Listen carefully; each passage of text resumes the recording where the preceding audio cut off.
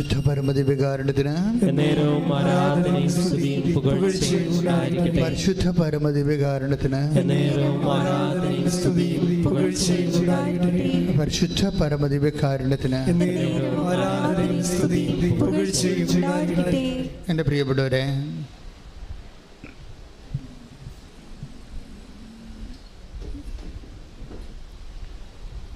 നമ്മൾ കൃപാസനത്തിൽ എത്തിച്ചേരുമ്പോൾ പുതുതായിട്ട് എടുത്തുന്ന ആൾക്കാരും പ്രത്യേകം ശ്രദ്ധിക്കേണ്ട കാര്യമാണ്.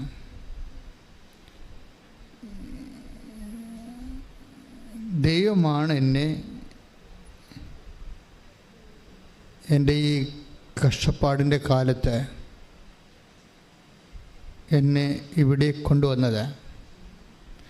ഇത് എല്ലാവർക്കും അറിയാം, ഇത് ദൈവമാണ് കൊണ്ടുവന്നതെന്നൊക്കെ അറിയാം.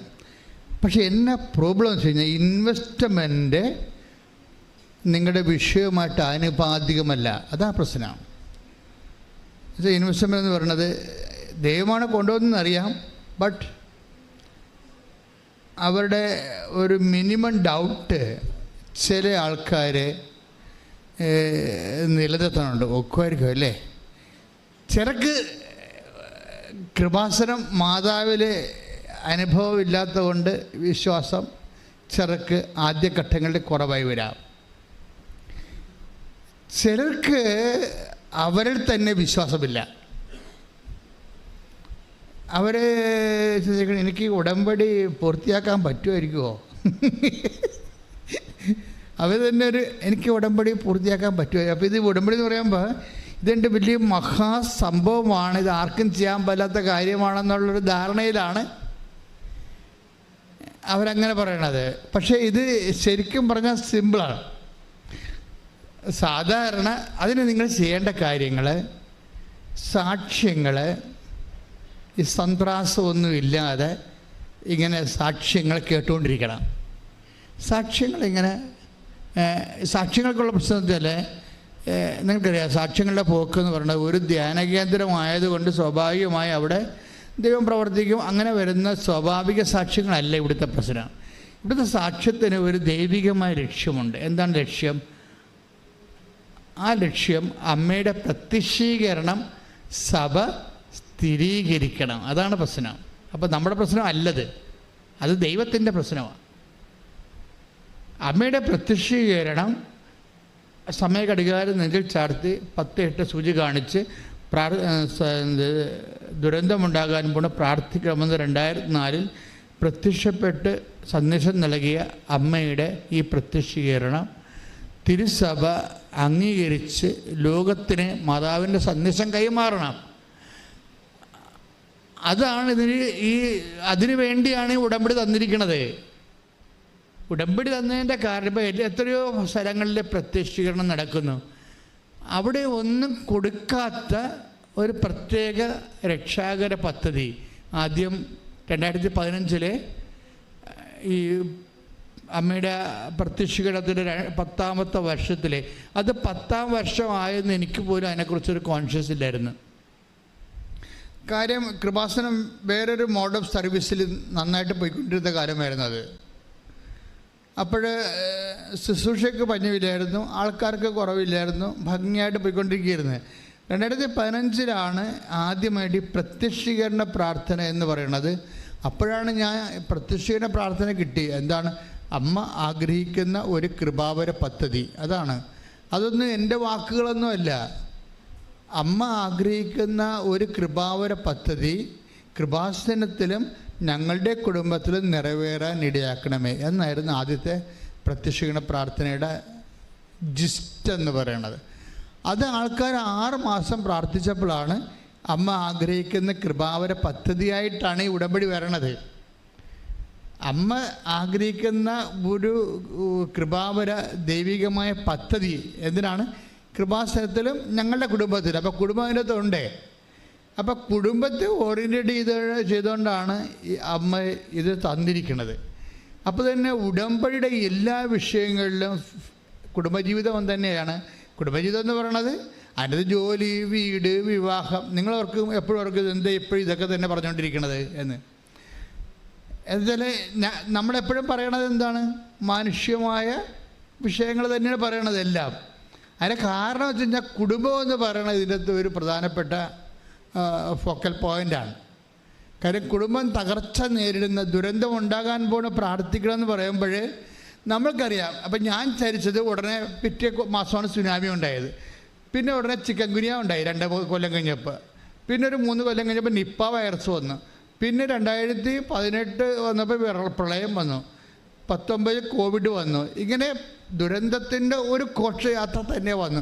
അപ്പം ഞാനും ആ ലെവലിലാണ് ചിന്തിച്ചുകൊണ്ടൊക്കെ ഇരിക്കണത്. പക്ഷേ എന്നാലും പ്രാർത്ഥന തന്നിരിക്കുന്നത് എന്താണ്? പ്രാർത്ഥന തന്നിരിക്കുന്നത് അമ്മ ആഗ്രഹിക്കുന്ന ഒരു കൃപാവര പദ്ധതി കൃപാസനത്തിലും ഞങ്ങളുടെ കുടുംബത്തിലും എന്നാണ് കിടക്കുന്നത്. ആ പ്രാർത്ഥനയിൽ 2015 ആ വെളിപാട് പ്രത്യക്ഷീകരണം, ആദ്യത്തെ പ്രത്യക്ഷ പ്രാർത്ഥന അതാണ്. അപ്പോൾ കുടുംബമുണ്ട്. അപ്പോൾ ഏറ്റവും വലിയ ദുരന്തം എന്ന് പറയണത് ഞാൻ വിചാരിച്ചത് പ്രകൃതി ദുരന്തമായിരിക്കും എന്നാണ്. പക്ഷേ ഇപ്പോഴെന്താ ഈശോ പറയണത്? പ്രകൃതി ദുരന്തം മാത്രമല്ല, ഈ കാലങ്ങളിൽ ഏറ്റവും വലിയ ദുരന്തം സംഭവിച്ചത് കുടുംബങ്ങളിലല്ലേ? ഈ കാലങ്ങളിൽ ഏറ്റവും വലിയ ദുരന്തം സംഭവിച്ചത് കുടുംബങ്ങളിൽ ദുരന്തം സംഭവിച്ചാൽ പിന്നെ പ്രകൃതി സമാധാനമായിട്ടും കാര്യമില്ല. പിന്നെ കുടുംബം ദുരിതം അനുഭവിച്ചു. ഇപ്പം ചില ആൾക്കാർ വണ്ടി ഇടിച്ച് ചാകട്ടെ, എല്ലാം പെണ്ണുമ്പോൾ വഴക്കിട്ട് പോയില്ല, കുഞ്ഞുങ്ങളും പോയി, എനിക്കാരുമില്ല, പിന്നെ ചത്താലെന്താ? മറ്റുള്ള ദുരന്തങ്ങളെല്ലാം ആൾക്കാർക്ക് സെക്കൻഡറിയാണ്. നമ്മളെന്തിനാണ് രോഗമില്ലാതിരിക്കണം? എൻ്റെ കുഞ്ഞുങ്ങളെ പോറ്റണം. രോഗമില്ലാതിരിക്കണമെന്ന് ആഗ്രഹിക്കുന്നതിൻ്റെ പ്രധാനപ്പെട്ട ഘടകം എന്താണ്? എനിക്ക് ഒരമ്മ രോഗമില്ലാതിരിക്കണമെന്ന് ആഗ്രഹിക്കുന്നത് എന്തുകൊണ്ടാണ്? എൻ്റെ കണ്ണടയുന്നവരെ എൻ്റെ വരെ എങ്കിലും എൻ്റെ കുഞ്ഞുങ്ങൾ എവിടെയെങ്കിലും ഒന്ന് എത്തിക്കണം. കുടുംബമാണ് പ്രശ്നം. അപ്പോൾ ഈ കൃപാസനത്തിൻ്റെ ഫോക്കൽ പോയിൻ്റ് ദൈവികമായ ലക്ഷ്യങ്ങളിൽ ഫോക്കസ് ചെയ്തിരിക്കുന്ന കുടുംബത്തെയാണ്. ഈ കുടുംബം ലോകം മുഴുവൻ തകർന്നുകൊണ്ടിരിക്കുകയാണ്. അതിൻ്റെ ഒരു ചീവ് ഇപ്പോഴാണ് നമുക്ക് തട്ടണമെന്ന്. യൂറോപ്പൊക്കെ നേരത്തെ തകർന്നതിൻ്റെ കൂടെ പള്ളിയും തകർന്നു. കുടുംബം തകർന്നപ്പോൾ പള്ളിയും തകർന്നു. ഞാൻ ചില രാജ്യങ്ങളിൽ ചെന്നപ്പോൾ അവിടെ കരാട്ടെ പ്രാക്ടീസ് ചെയ്യുകയാണ്. അച്ഛാ കുടുംബം തകർന്നു അവിടെ.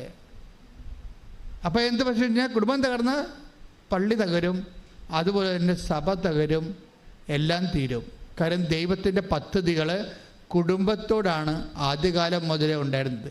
ഇപ്പം നിങ്ങളെപ്പോഴും ശ്രദ്ധിക്കേണ്ട, ഇപ്പോൾ ഡൈവേഴ്സുകാരും കോടതി കൊടുത്തിരിക്കുന്നവരും അതിൻ്റെ റിസൾട്ടിന് വേണ്ടി ഉടമ്പടി ചെയ്തിരിക്കുന്നവരും ഒക്കെ മനസ്സിലാക്കേണ്ടത്, നിങ്ങൾ വിചാരിക്കണത് എങ്ങനെയെങ്കിലും ഈ കാലമാടനിടയ്ക്ക് രക്ഷപ്പെടണം, അല്ലെങ്കിൽ അവളുടെ പഠിപ്പിൻ്റെ അധ്യത്വമാണ്, അവൾ പോയിട്ട് അവിടെ വേറെ ആൾക്കാരെ കമ്പനി അടിക്കുകയാണ്.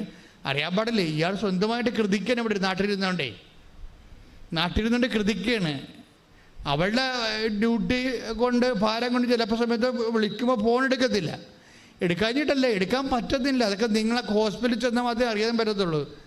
അത് വർക്ക് ചെയ്യുന്ന സ്ഥലത്ത് ചെന്നാൽ മാത്രമേ അവരെന്തുമാത്രം പ്രഷർ, ടെൻഷൻ, ഇതൊന്നും മനസ്സിലാക്കാനുള്ള ഒരു സ്നേഹം കുറച്ച് കഴിയുമ്പോൾ ആൾക്കാർക്ക് നഷ്ടപ്പെട്ടു പോകും. ഈ അകൽച്ച എന്ന് പറയുമ്പോൾ മലയാളികളുടെ ഏറ്റവും വലിയ ഈ വരാൻ പോണ ഏറ്റവും വലിയ പ്രോബ്ലം എന്ന് പറയുന്നത് അകൽച്ചയാണ്. ശരിക്കും നമ്മൾ കുടുംബത്തിൽ വരുമ്പോൾ ഒരു മിനിമം കാഷ്വാലിറ്റി നമുക്ക് കുടുംബത്തിൽ ഒരുമിച്ച് ജീവിക്കുമ്പോൾ ഉണ്ടാകും.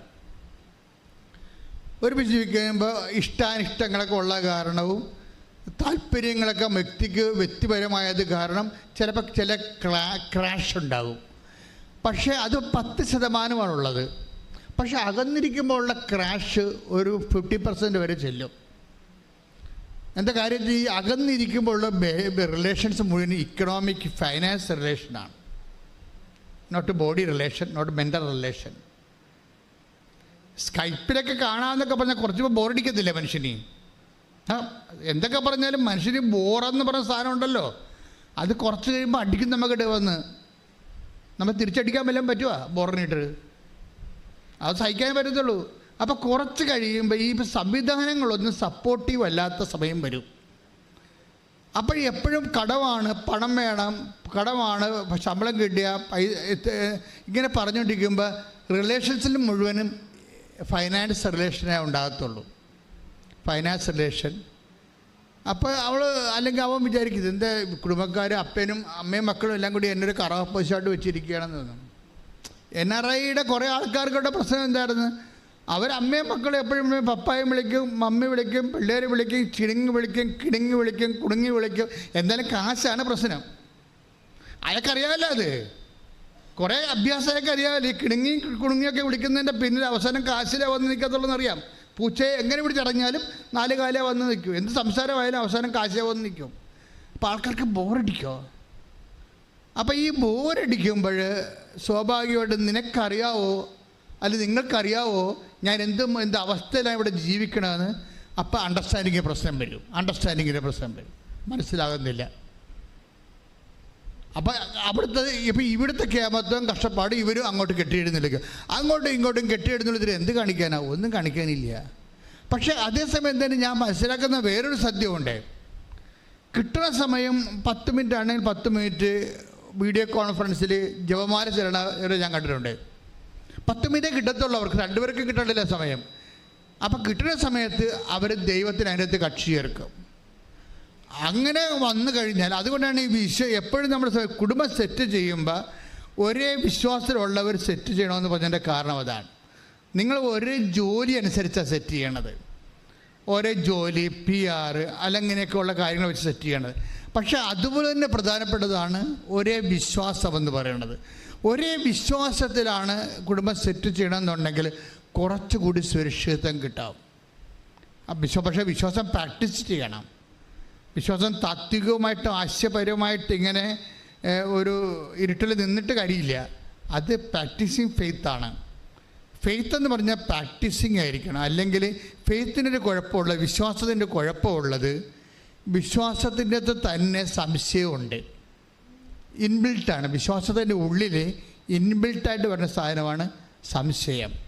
അപ്പം കണ്ടൻറ്റ് വൈസ് വിശ്വാസത്തിൻ്റെ അകത്ത് വിശ്വാസത്തിൻ്റെ കണ്ടൻറ്റ് കുറഞ്ഞാൽ വിശ്വാസം കുറഞ്ഞു എന്ന് പറയാൻ പറ്റത്തില്ല, സംശയം കൂടിയെന്നാണ് പറയാൻ പറ്റത്തുള്ളൂ. കണ്ടൻറ്റ് വൈസ് അങ്ങനെ. മുട്ടയുടെ വെള്ളക്കാരും ചുവന്നക്കാരും ഇല്ലേ, അല്ലേ? അപ്പോൾ അതുപോലെ ചുവന്നക്കാര് കുറവാണെങ്കിൽ അത്രയും വെള്ളക്കാർ കൂടിയിരിക്കും.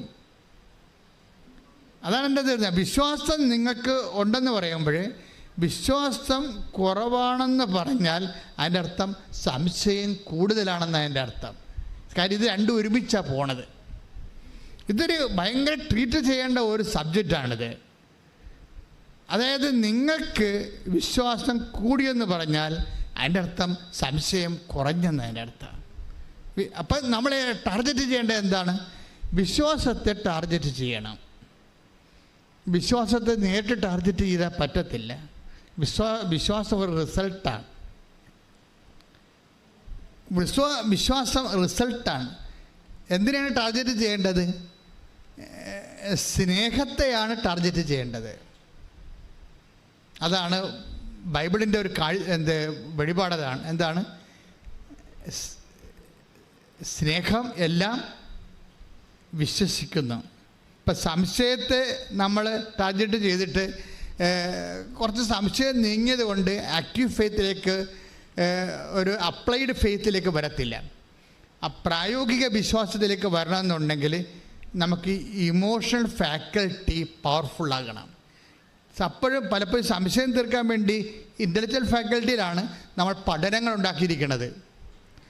പഠനങ്ങൾ എപ്പോഴും ബൗദ്ധികമായ ഫാക്കൽറ്റിയിൽ മാത്രമേ അത്, പക്ഷേ അതിൻ്റെ കൂടെ സംശയങ്ങൾ തീർന്നാലും ഒരു ആക്റ്റീവ് ഫെയ്ത്തിലേക്ക്, ആ വിശ്വാസം പ്രയോഗിക്കുന്ന അവസ്ഥയിലേക്ക് വരണമെന്നുണ്ടെങ്കിൽ ആശയപരമായിട്ട് നമ്മൾ ഓക്കെ ആയാൽ മാത്രം പോരാ, നമ്മൾ വൈകാരികമായിട്ട് ഓക്കെ ആകണം. വൈകാരികമായിട്ട് ആരുമായിട്ട് ഓക്കെ ആകണം? ദൈവമായിട്ട് ഓക്കെ ആകണം. എന്ന് വെച്ചാൽ അർത്ഥം എന്താണ്? ദൈവമായിട്ടുള്ള സ്നേഹത്തിൻ്റെ ലെവല് വർദ്ധിപ്പിക്കണം. ഈ ദൈവമായിട്ടുള്ള സ്നേഹത്തിൻ്റെ ലെവൽ വർദ്ധിപ്പിക്കാൻ വേണ്ടിയാണ് ഉടമ്പടിയിൽ അതിൻ്റെ ഫോർമുലയുണ്ട് മുഴുവനും. അത് നിങ്ങൾ എപ്പോഴും ചെയ്യണം. ഉടമ്പടിയിൽ വരുമെന്ന പ്രശ്നം ചില ആൾക്കാർക്ക് ഇടിപെട്ട് സാക്ഷ്യങ്ങൾ പറയാൻ കാര്യം, ദൈവവുമായിട്ടുള്ള ഇവരുടെ വൈകാരിക ബന്ധം പെട്ടെന്ന് ബൂസ്റ്റഡ് ആവും. ഉടമ്പടിയിൽ ദൈവമായിട്ടുള്ള, ഇപ്പം ചെറിയ പറഞ്ഞു, ഞാൻ നല്ല വെയിലായിരുന്നു അച്ഛാ, ഇപ്പം ഇന്നലെയൊക്കെ പറയണ നല്ല ചെറുപ്പകാലത്തൊക്കെ വന്നപ്പോൾ ഇടിപെട്ട് സാക്ഷ്യം പറഞ്ഞു, നല്ല വെയിലായിരുന്നു, വേറെ തൊലിച്ചു, ഞാൻ പത്രം കൊണ്ട് പേഴ്സ പ്രവർത്തനത്തിൽ ചെന്നപ്പോൾ തന്നെ കൊന്തയിട്ട ഒരാൾ എന്നെ കളിയാക്കിയെന്ന്. അപ്പോൾ എനിക്ക് സങ്കടം വന്നു. കാര്യം കൊന്തയിട്ടവൻ തന്നെ എന്നെ കളിയാക്കി. കൊന്തയിട്ടവൻ ചിലപ്പോൾ അവൻ കൊന്തയിട്ടോണ്ട് നിൽക്കായിരിക്കും, പിശാചിനും കൊന്തയിടാവില്ല. അതിനകത്ത് കാര്യമില്ല. എന്ത് മതം പിശാചെ കൊന്തയിട്ട് നടക്കണം, അതല്ല കാര്യമില്ല. പക്ഷേ ഇവളെ സംബന്ധിച്ചിടത്തോളം അത് വലിയൊരു തട്ടായി. അപ്പം എന്നാ ചെയ്ത്? അപ്പം അതിന് നിസ്സാരം അത്രേ ഉള്ളൂ. അതായത് നിൻ്റെ വിശ്വാസം ഈ കൊന്തയിട്ട് നിൽക്കുന്ന പിശാചിനേക്കാൾ അതൊരു പ്രലോഭനമായിട്ട് തന്നിരിക്കുകയാണ്. അതിനെ നീ അതിജീവിക്കണം. എന്നുവെച്ചാൽ എന്തതിജീവിക്കണം എന്നാണ്? വിശ്വാസം അതിജീവിക്കണം എന്നല്ല, എന്നോടുള്ള നിൻ്റെ സ്നേഹം ഈ കൊന്തയിട്ട പിശാചത്തിൽ നൽകുന്ന പ്രലോഭനത്തെക്കാൾ നിൻ്റെത് ഉയർത്തണം. ദാറ്റ് മീൻസ് നീ സ്നേഹത്തിൽ വളരണം. ശ്രുതികട്ടെ ഹല്ലേലൂയ. ഹല്ലേലൂയ. യേശുവേ ആരാധന. യേശുവേ ഹല്ലേലൂയ ഹല്ലേലൂയ ഹല്ലേലൂയ. യേശുവേ സ്തുതി hallelujah hallelujah hallelujah hallelujah hallelujah hallelujah. യേശുവേ സ്തുതി hallelujah hallelujah hallelujah hallelujah hallelujah hallelujah.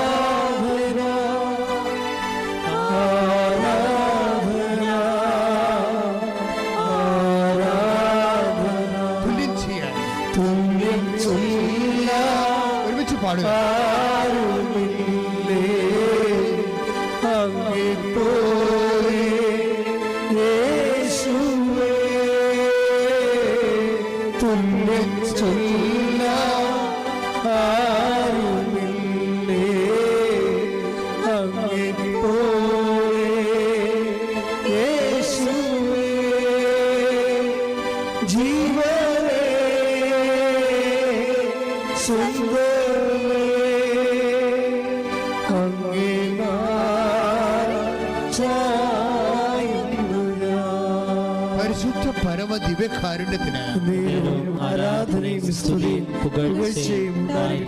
അപ്പൊ ഇതൊക്കെ നിങ്ങള് ഇപ്പൊ അച്ഛൻ പരിശുദ്ധ പരമ ദിവ്യകാരുണ്യത്തിന് പറയുമ്പോൾ ഇപ്പൊ നിങ്ങള് എല്ലാവരും ഉത്തരമായിട്ട് പരിശുദ്ധ പരമ ദിവ്യകാരുണ്യത്തിന് എന്ന് പറയുമ്പോൾ നിങ്ങൾ ഉത്തരമായിട്ട് എന്ത് പറയും? എന്നേരവും ആരാധനയും സ്തുതിയും പോച്ച. അപ്പോൾ ഈ പറഞ്ഞിരിക്കുന്ന ഇപ്പോൾ ഇതിനകത്ത് 1000 പേരുണ്ടെങ്കിൽ മാർക്ക് ഇടുകയാണെങ്കിൽ ചിലർക്ക് 2 മാർക്ക്. എന്നേരവും ആരാധനയും സ്തുതിയും പുകഴ്ച ഉണ്ടാകട്ടെ എന്ന് പറഞ്ഞില്ലേ? അങ്ങനെ പറഞ്ഞ ഉത്തരത്തിന് ചിലക്ക് 2 മാർക്ക്, ചിലക്ക് 6 മാർക്ക്, ചിലക്ക് 8 മാർക്ക്, ചിലക്ക് 9 മാർക്ക്. അതിൻ്റെ വ്യത്യാസം നിങ്ങളെല്ലാം പറഞ്ഞ ഒന്നല്ലേ? നിങ്ങളെല്ലാം പറഞ്ഞ ഒന്നല്ലേ? പിന്നെ എന്തിനാ മാർക്ക് വ്യത്യാസം ഉണ്ടാകണത്? അത് ചില ബോധമില്ലാതെ പറയും, ചില യാന്ത്രികമായിട്ട് പറയും, ചില വിശ്വാസത്തോടെ പറയും, ചില സ്നേഹത്തോടെ പറയും.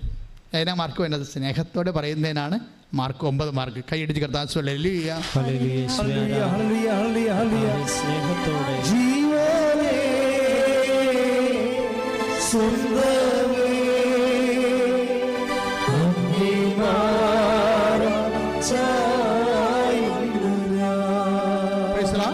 അപ്പം എപ്പോഴും നമ്മൾ ശ്രദ്ധിക്കേണ്ടത്, ശ്രദ്ധ വേണ്ടത്, പ്രാർത്ഥിക്കുമ്പോൾ എപ്പോഴും നിങ്ങൾ ചിന്തിക്കേണ്ടത് അത് സ്നേഹത്തോടെയാണ് പ്രാർത്ഥിച്ചതെന്ന്. എപ്പോഴും നമ്മൾ ഇൻട്രോസ്പെക്റ്റ് ചെയ്യണം. എപ്പോഴും നമ്മൾ ഒരു ആന്തരികമായിട്ടുള്ള ചോദ്യം ഉണ്ടാക്കണം. എന്താണ്? ഞാൻ സ്നേഹത്തോടെയാണ് പ്രാർത്ഥിച്ചത്? സ്നേഹത്തോടെയാണ് ഞാൻ കർത്താവിന് കൈമാറിയത്. സ്നേഹത്തോടെയാണ് ഞാൻ ഉടമ്പടി വിശ്വാസം പ്രയോഗത്തിലേക്ക് വരുന്നത്. പ്രാർത്ഥിക്കുക. കർത്താവായ ദൈവമേ, ഉടമ്പടിയുടെ ഓരോ പദ്ധതികളും പ്രക്രിയകളും ഞാൻ നിറവേറ്റുമ്പോൾ ദൈവസ്നേഹത്തോടെ നിറവേറ്റുവാൻ എന്നെ സഹായിക്കണമേ. ഇത് പെട്ടെന്ന് ബൂസ്റ്റപ്പ് ആവും. സ്നേഹത്തെ നിങ്ങൾ അഡ്രസ്സ് ചെയ്ത് കഴിഞ്ഞാൽ. ഇപ്പം ഞാനൊക്കെ വന്ന ഒരു വഴിയാണ് ഞാൻ നിങ്ങൾ പറയണത്. ഞാൻ വന്ന വഴിയൊന്നുമല്ല, ബൈബിളിലുള്ള എല്ലാം ഈ ടൈപ്പാണ്. ഇന്നലെ കെസ്സിയ എന്നും പറഞ്ഞൊരു മോളുടെ സാക്ഷ്യങ്ങൾ. കെസ്സിയയുടെ പ്രോബ്ലം, കെസ്സിയ അപ്പനെയും കൊണ്ട് വന്നിരിക്കുകയാണ് ഇവിടെ. എനിക്ക് ഈ ആഴ്ചയിൽ ഏറ്റവും ടോപ്പായിട്ട് എന്നെ സ്പർശിച്ചത് കെസ്സിയയുടെ സാക്ഷ്യമാണ്. എന്താ സംഭവം വെച്ച് കഴിഞ്ഞാൽ, കെസ്സിയ അപ്പനെയും കൊണ്ട് വന്നിട്ട് അപ്പനെ ഫെയിൻറ്റിങ്ങും അതുപോലെ തന്നെ ഇയർ ബാലൻസിൻ്റെ പ്രോബ്ലമാണ്. അപ്പോൾ ഇയർ ബാലൻസിന് അപ്പോൾ കെസ്സിയുടെ ഒരു പ്രത്യേകത, ഉടമ്പടിയുടെ ധ്യാനങ്ങളെല്ലാം ഇവൾ പ്രാർത്ഥിച്ചാണ് കേൾക്കണത്. ഉടമ്പടിയുടെ ധ്യാനം കൂടാൻ വേണ്ടി കൂടും. ഉടമ്പടി എടുക്കുമ്പോൾ നിങ്ങൾക്കറിയാമല്ലോ, ധ്യാനം കൂടണമെന്ന് പറഞ്ഞാൽ എന്താണ്, അപ്ഡേഷൻസ് ഉണ്ടാകണത് എല്ലാം ഇവിടെ. നിങ്ങളുടെ സബ്ജക്റ്റ് എപ്പോൾ സംസാരിക്കുമെന്ന് ആർക്കും അറിയാൻ പറ്റത്തില്ലല്ലോ. ഉടമ്പടി എന്ന് പറയുമ്പോൾ ഈ പുറപ്പാട് 25-35 വെച്ചുള്ള സംസാരമാണ്. കാര്യം ഞാൻ എൻ്റെ ജനങ്ങളോട് കൃപാസനത്തിൽ നിന്ന് സംസാരിക്കുമെന്നല്ല പറഞ്ഞിരിക്കുന്നത്. അപ്പോൾ അങ്ങനെ സംസാരിക്കുമ്പോൾ ഉടമ്പടി ധ്യാനത്തിന് മറ്റു വചന പ്രഘോഷങ്ങളെക്കാളും സന്ദേശവിഹിതമായിട്ട് വ്യത്യാസങ്ങളുണ്ട്. കാരണം നിങ്ങളുടെ വിഷയം ചിലപ്പോൾ സംസാരിച്ചെന്ന് വരും കർത്താവ്. നിങ്ങളിപ്പോൾ ഇന്ന് കടന്നു പോകുന്ന പർട്ടിക്കുലർ പ്രോബ്ലം നിങ്ങൾക്കറിയാമല്ലോ. നമ്മൾ ദൈവത്തോട് അടുക്കുമ്പോൾ കരയാൻ മാത്രമേ നമുക്ക് നേരം ഉണ്ടാകത്തുള്ളൂ. സ്നേഹം കൊണ്ടും കേട്ടും മനസ്സിലാക്കിയും നമ്മളറിയാതെ ഇങ്ങനെ ദൈവം ഇത്രയും നമ്മളൊരു കൃപയും കീടമൊക്കെ ഇട്ടും നമുക്ക് നമ്മുടെ നാട്ടുകാർ പോലും നമ്മളെ അംഗീകരിക്കണില്ല, നമ്മുടെ വീട്ടുകാർ പോലും നമ്മൾ അംഗീകരിക്കണില്ല. വീട്ടിൽ തന്നെ ഗ്രൂപ്പിസമാണ്. അപ്പോൾ അങ്ങനെയൊക്കെ വരുമ്പോൾ നമുക്കറിയാം ഈ വീട്ടിൽ എനിക്കൊരു വിലയുമില്ല. അപ്പോൾ അങ്ങനെ ഇപ്പം നിൻ്റെ വീട്ടിൽ നിനക്ക് വിലയില്ലാത്തൊരവസ്ഥയാണെന്ന് വിചാരിച്ചോ.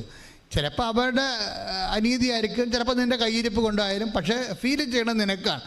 പക്ഷേ ഇങ്ങനെ ഒരു പൊസിഷൻ ആണെങ്കിൽ പോലും ആരും തരാത്തൊരു വില ദൈവം നമുക്ക് തരും. അത് നമ്മുടെ ഈ സാക്ഷ്യങ്ങൾ കേൾക്കുമ്പോൾ മനസ്സിലാകും. ഇത് ആരും അപ്പം സ്വന്തം വീട്ടുകാർ പോലും തരാത്ത വില. അപ്പോഴും നീ എപ്പോഴും മനസ്സിലാക്കേണ്ട ഇതാണ്, നിൻ്റെ വീട്ടിൽ പോലും നിനക്കില്ലാത്ത വില ദൈവത്തിൻ്റെ തിരുസേനയിൽ നിനക്കുണ്ട്. പക്ഷെ നീ ഇത് കണ്ടെത്തണം. പ്രാർത്ഥിക്കുക. കർത്താവ് ദൈവമേ, നിനക്ക് എന്നോട് നീ കൽപ്പിക്കുന്ന വില മനസ്സിലാക്കാനുള്ള കൃപ എനിക്ക് നൽകണമേ. നീ എനിക്ക് കൽപ്പിക്കുന്ന വില മനസ്സിലാക്കാനുള്ള കൃപ എനിക്ക് നൽകണമേ. അപ്പൊ കെസ്സിയ വന്ന് പറഞ്ഞത്, അവളുടെ അപ്പൻ ഇങ്ങനെ ഇയർ ബാലൻസ് ആയിട്ട് ഡോക്ടർ പറഞ്ഞു, ഇനി നിങ്ങളുടെ നിങ്ങളുടെ പഴയ ജോലിയൊന്നും ചെയ്യാൻ പറ്റത്തില്ലെന്ന് പറഞ്ഞു. അപ്പോൾ ഇനി കുടുംബം അരിമുട്ടിയല്ലോ, ഇനി എന്ത് ചെയ്യും എന്നൊക്കെ വിചാരിച്ചുകൊണ്ട് വിഷമിക്കുമ്പോൾ പെട്ടെന്ന് ഉടമ്പടി ധ്യാനത്തിലൂടെ പറയുന്നു, നിങ്ങൾ ഉടമ്പടിയിലാണെങ്കിൽ ഉടമ്പടി ധ്യാനത്തിനെ ശ്രദ്ധിക്കണം.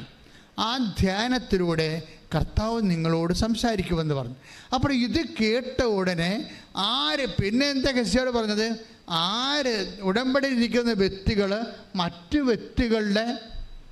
വ്യക്തികളുടെ സ്വരങ്ങൾ ശ്രദ്ധിക്കണം.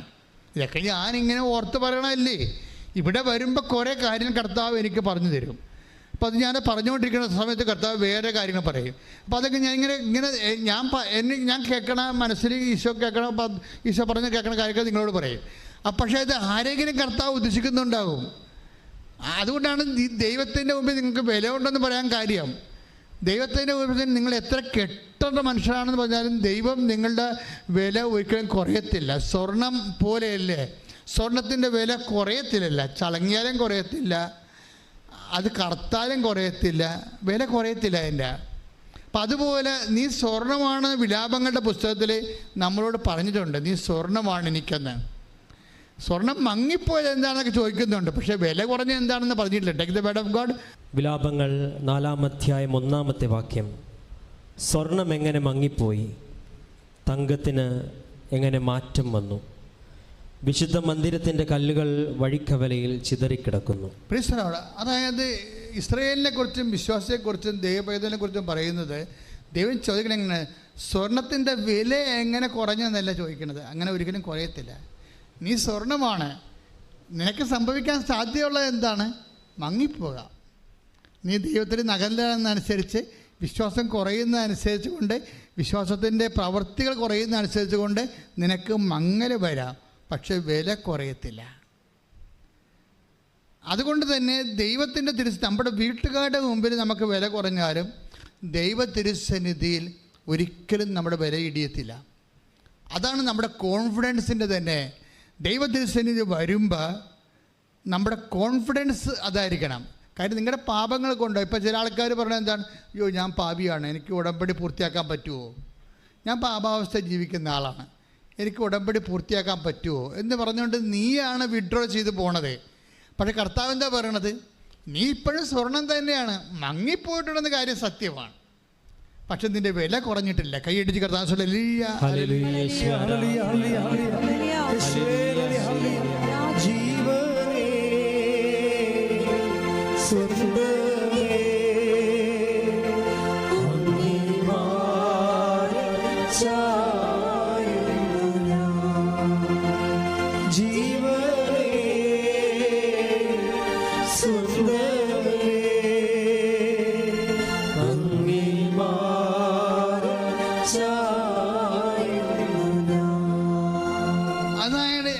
വില കുറയാത്തത് കൊണ്ടാണ്, നമ്മുടെ വില ദൈവതിരുസന്നിധി കുറയാത്തത് കൊണ്ടാണ് നിനക്ക് പകരം ഞാൻ ജനതകളെ നൽകിയെന്ന് പറയണത്, രാജാക്കന്മാരെ നൽകിയെന്ന് പറഞ്ഞതിൻ്റെ കാരണം.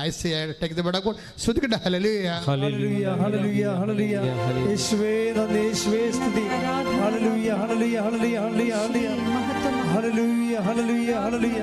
യേശുവേ ആരാധന, ആരാധന, ആരാധന. യേശുവേ മഹത്വം, മഹത്വം, മഹത്വം. യെശയ്യാ പ്രവാചകന്റെ പുസ്തകം 43-ാം അധ്യായം 4-ാമത്തെ വാക്യം. നീ എനിക്ക് വിലപ്പെട്ടവനും, പറഞ്ഞ് നീ എനിക്ക് വിലപ്പെട്ടവനും ബഹുമാന്യനും പ്രിയങ്കരനും ആയതുകൊണ്ട് നിനക്ക് പകരമായി മനുഷ്യരെയും നിന്റെ ജീവന് പകരമായി ജനതകളെയും ഞാൻ നൽകുന്നു. ഭയപ്പെടേണ്ട, ഞാൻ നിന്നോട് കൂടെയുണ്ട്. ഭയപ്പെടേണ്ട, ഞാൻ നിന്നോട് കൂടെയുണ്ട്. ഹല്ലേലൂയ, ഹല്ലേലൂയ, സ്തുതി. Hallelujah, hallelujah, hallelujah, hallelujah, hallelujah. ഭയപ്പെടേണ്ട മകനേ, മകനേ, ഞാൻ നിന്റെ ദൈവമല്ലേ, കരയരുതേ ഇനി എൻ കൺമണിയേ, ഞാൻ നിന്റെ കൂടെയില്ലേ. എന്ത് പ്രശ്നം വന്നാലും ഈ വചനങ്ങൾ നിങ്ങൾ മറന്നു പോകരുത്. ഇത് നിങ്ങൾക്കറിയാം, ഇത് ഓൺലൈൻ ലീസോ ഈ ധ്യാനം നയിച്ചുകൊണ്ടിരിക്കുന്നതുകൊണ്ടാണ് ഈ ചെറിയ കൺഫ്യൂഷൻ ഞങ്ങൾ തമ്മിലുള്ളത്. അതായത് ഇപ്പോൾ ആദ്യം പറഞ്ഞത് എന്താണ്? വിലാപങ്ങൾ. നീ എന്തവസ്ഥയാണെങ്കിലും തങ്കമാണ്. ഇപ്പോഴും മങ്ങിപ്പോകാം, പക്ഷേ വില കുറഞ്ഞിട്ടില്ല. ഉടമ്പടി എടുക്കാൻ വരുന്ന ഓരോ മനുഷ്യരും അറിയേണ്ടതാണ്, എൻ്റെ പാപാവസ്ഥ, എൻ്റെ ജീവിത രീതി എന്ത് തന്നെയായാലും ദൈവതിരുസന്നിധിയിൽ എൻ്റെ വില കുറഞ്ഞിട്ടില്ല. കൈയടിച്ച് ശ്രുതികട്ടെ. Hallelujah, hallelujah, hallelujah. യേശുവേ നന്ദി. Hallelujah, hallelujah, hallelujah. യേശുവേ സ്തുതി. Hallelujah, hallelujah, hallelujah, hallelujah, hallelujah.